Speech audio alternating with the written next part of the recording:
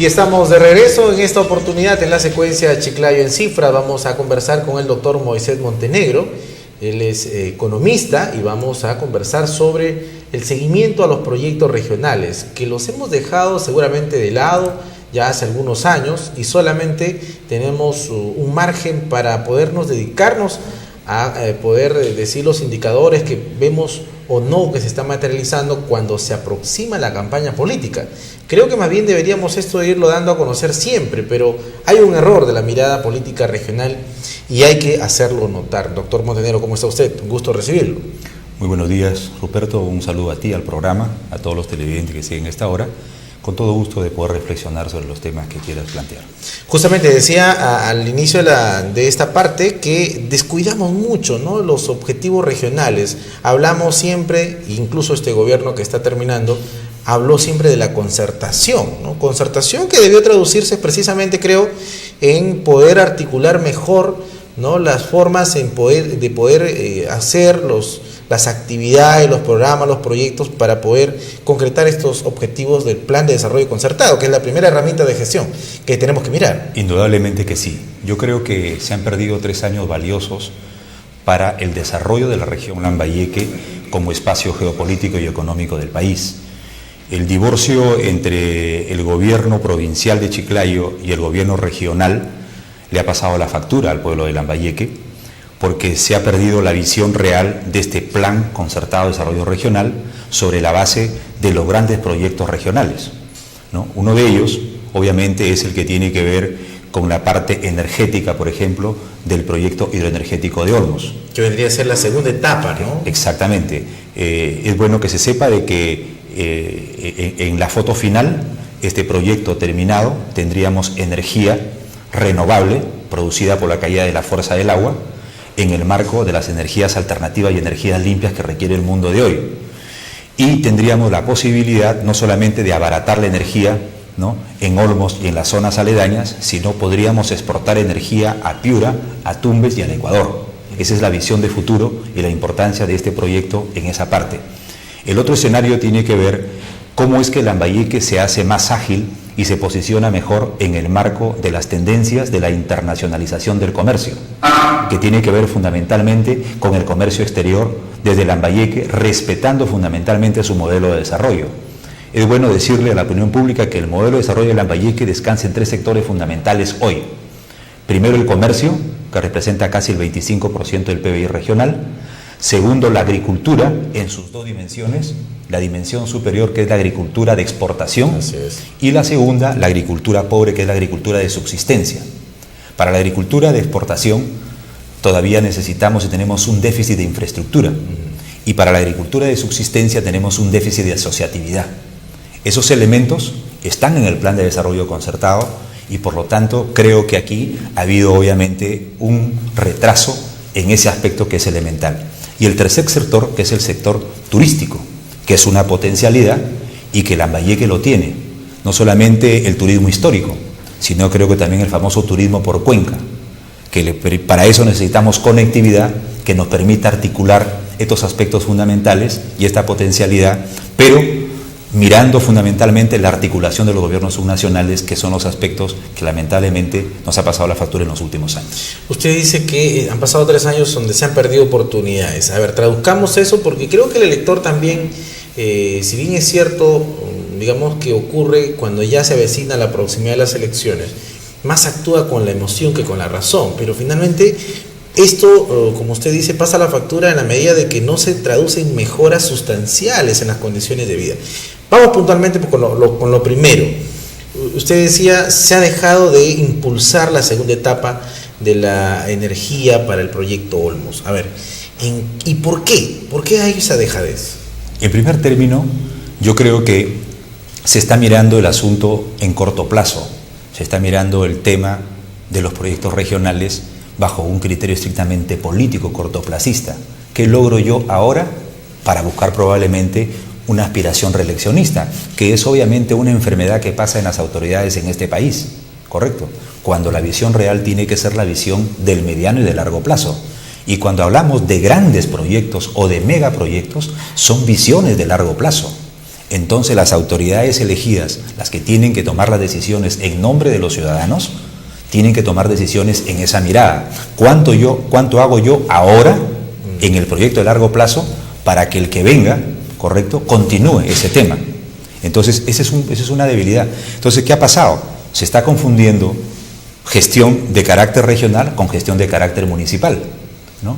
La gestión de carácter municipal es para los gobiernos regionales, correcto. Que hayan aspectos que se vincule el gobierno regional con el gobierno municipal es fundamental. Por ejemplo, la inseguridad ciudadana es un problema que no distingue de gobiernos subnacionales y donde tiene que haber altos niveles de concertación y vocación presupuestal para poder enfrentar la inseguridad ciudadana en ambos niveles de gobierno. Claro, y justamente la seguridad ciudadana es un eje transversal, ¿no? Porque da la estabilidad para inversiones también. Indudablemente que sí, Ruperto, y me haces reflexionar en lo siguiente: la variable seguridad en cualquier país del mundo, no importa su grado de desarrollo, es elemental para la atracción de inversiones, ¿cierto? Entonces, en el Perú y en el norte del Perú, y Lambayeque no es ajeno a ello, hemos tenido lamentablemente que estos indicadores últimos que nos ubican en el primer tercio de la inseguridad ciudadana en la región norte ha hecho que muchos capitales se vayan fuera. Yo quería consultarle precisamente sobre eso, porque cuando hablamos ya de mirar hacia largo plazo, queremos también de tener la capacidad para atraer inversiones y que éstas se queden desarrollando actividades industriales o lo que fuera, y poder llegar a ese objetivo. ¿Esta gestión regional ha traído inversión privada? ¿Ha tenido esa capacidad para atraer inversión privada, cree usted? No lo he visto. No lo he visto. ¿Los indicadores qué señalan? No, el Chiclayo, por su ubicación geoeconómica y central que tiene, por ese paso obligado del norte, el nororiente y la sierra, ¿no? Por ejemplo, las inversiones en capital financiero han venido estratégicamente porque hay una fortaleza que el primer sector más importante es el comercio, ¿correcto? Pero que sea por mecanismos de gestión. O sea, ¿las inversiones llegan prácticamente por sí solas? Han llegado por su propio peso. Poca gestión. Por los estudios de mercado. Por ejemplo, la pregunta, Roberto, ¿por qué Saga está en Chiclayo? Por interés del mercado, ¿no? Fundamental, la parte comercial. ¿Por qué existe bastante banca privada extranjera en este país? Porque hay mucho movimiento también. Mucho movimiento comercial, ¿no es cierto? Entonces, pero que sea una gestión exclusivamente de alguna autoridad, gobierno, no se ha visto esos temas, no se ha visto. Entonces, yo creo que esos son escenarios que deben construirse y concertarlos, ¿correcto? En el marco de los instrumentos debidamente estudiados como es el plan de desarrollo. Pero para eso hay un primer piso, ¿no? Generar confianza, ¿no? Indudablemente que sí, y generar diálogo y tolerancia. Hemos visto a las autoridades divorciadas, las autoridades principales. Y otra que también atraer a los mejores, ¿no? Para poder afiatar los cimientos de las propuestas, porque eso es lo que es evidente hoy carecen las gestiones. Un aspecto fundamental, Ruperto, y hay que decirlo, mira, de lo que te estoy reflexionando, esta es una reflexión, ¿no es cierto? Es lo que ha pasado con el alcalde de Puerto Eten respecto del vínculo regional. El alcalde de Puerto Eten ha tenido que hacer alguna gestión personalísima y solo en el espacio. Buscó y llegó a hacer un acercamiento con un grupo privado en Holanda, ¿correcto? Con el objetivo de traer esa inversión para desarrollar el terminal marítimo de Puerto Eten. Logró los avances interesantes, hizo una buena gestión, pero el gobierno regional de Lambayeque, ¿correcto?, le denegó el espacio para poder avanzar en este tema, ¿correcto? Entonces ahí hay un criterio lamentablemente pobre de carácter político, claro, cuando la visión mayor... Cuando debió más bien al contrario, ¿no? Tener la posibilidad de acercarse y evaluar, ¿no?, las condiciones en que se puede dar la inversión a futuro, ¿no? Y decirla abiertamente, ¿no? Así es. Y ese es el otro punto que quería manifestarle. Porque cuando hablamos de este tipo de proyectos hay una suerte de auscultismo, como que es algo muy interno, muy técnico y que no debe salir. ¿Por qué se maneja así? ¿Por qué no se hace abierta las cosas? Bueno, fíjate, en otras ciudades, en otros países, Brasil, por ejemplo, por algo de la sexta economía del mundo y la primera latinoamericana, este tipo de mecanismos de grandes proyectos se apertura la participación de la sociedad, se pone en agenda. Los colegios profesionales opinan, las universidades según especialidad opinan, están insertadas al desarrollo. Acá tenemos universidades, y hablo del sistema como tal, que están totalmente de espaldas, encasilladas, ¿no? Encasilladas en otros temas, cuando en realidad no están incorporadas a la real gestión del modelo de desarrollo regional. Y estos son problemas que nos pasan la factura. ¿no? Y hay que decirlo. Por eso es que yo en lo particular estoy de acuerdo con que venga la nueva ley universitaria, más incorporada a los objetivos, mirando el futuro en la competitividad y mirando el gran plan nacional de competitividad. Arequipa, Ruperto, la región Arequipa acaba de lograr hace unos meses atrás una alianza público-privada entre su gobierno regional, como gobierno subnacional, con los empresarios privados de Arequipa, para traer a Michael Porter, el hombre autorizado a nivel mundial en materia de competitividad, la famosa teoría del valor. Y va a venir por 5 meses porque ellos quieren reformular su plan de competitividad regional y lograr ser la primera ciudad más competitiva del país. Eso es elemental. Eso es una concertación mirando hacia el futuro. Mirando hacia el futuro, ¿no? La situación deseada. Exactamente. Ellos quieren que su sector rural, por ejemplo, que lo notan distanciado del desarrollo urbano o urbano marginal, se incorpore en un solo esquema. Y se han contratado un elemento importante, un hombre estudioso de estos temas, que está monitoreando el proyecto y que en 5 meses se va a conocer en todo el país, lo cual es envidiable, pero es una envidia positiva. ¿Y cuánto costará? Esa es la pregunta, ¿no? Pero bueno, hay un esfuerzo. Ahí es el costo-beneficio. Claro. Eso es poder, como le decía yo, eso es generar confianza en el empresariado, en situar las cosas de manera seria y generarles la posibilidad de que ellos contribuyan a que esto se materialice. Indudablemente que sí. Ahora, los planes de competitividad regional son para largo plazo, son planes de 20, 25, 30 años, ¿no? Que incorporan el desarrollo de la ciudad, a dónde van sus industrias, a dónde van sus empresas, a dónde va el sector comercial, a dónde van las zonas urbanas, a dónde van los temas de conectividad. Prevén también, obviamente, el nuevo desarrollo del futuro deseado de la población, etcétera.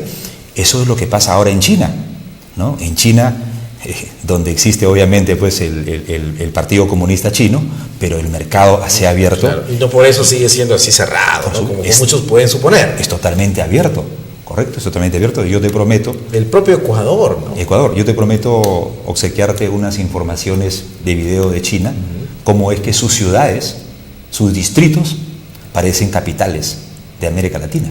Es cierto. Entonces es importante. Entonces han planificado su desarrollo y todo el mundo apunta para eso.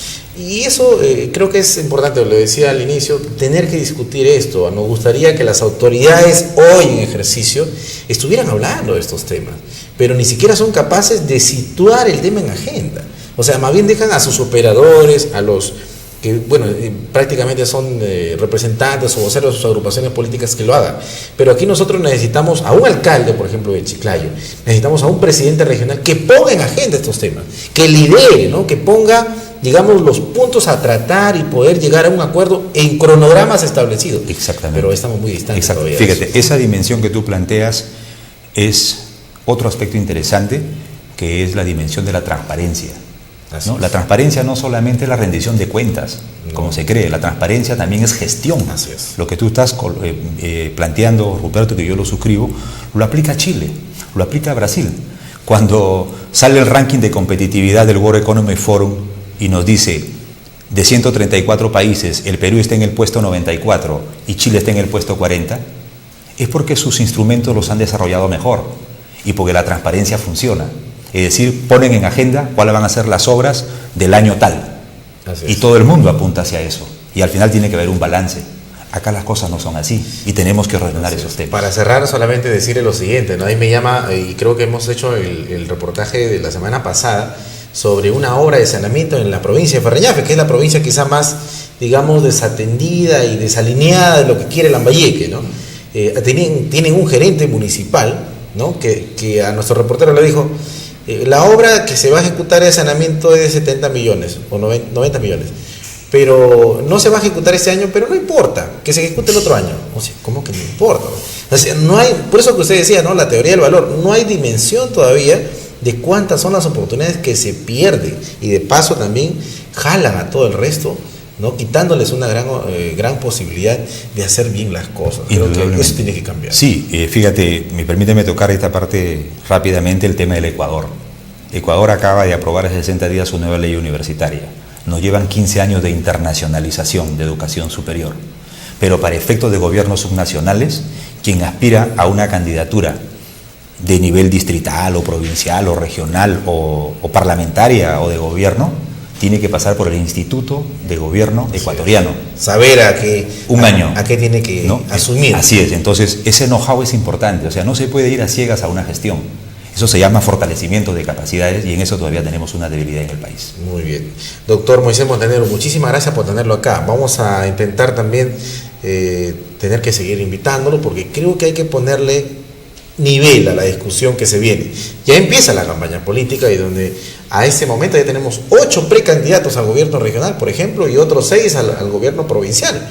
Sí, pues, pero ¿cuántos de ellos están pensando en esto? En lo que estamos acá discutiendo. Indudablemente. Sería bueno, ¿no? Sería bueno ponerlo en agenda. Muchas gracias. Gracias, Roberto. Por un saludo. El doctor Moisés Montenegro estuvo dialogando con nosotros. Nos vamos a la pausa y volvemos con más en Chiclayo.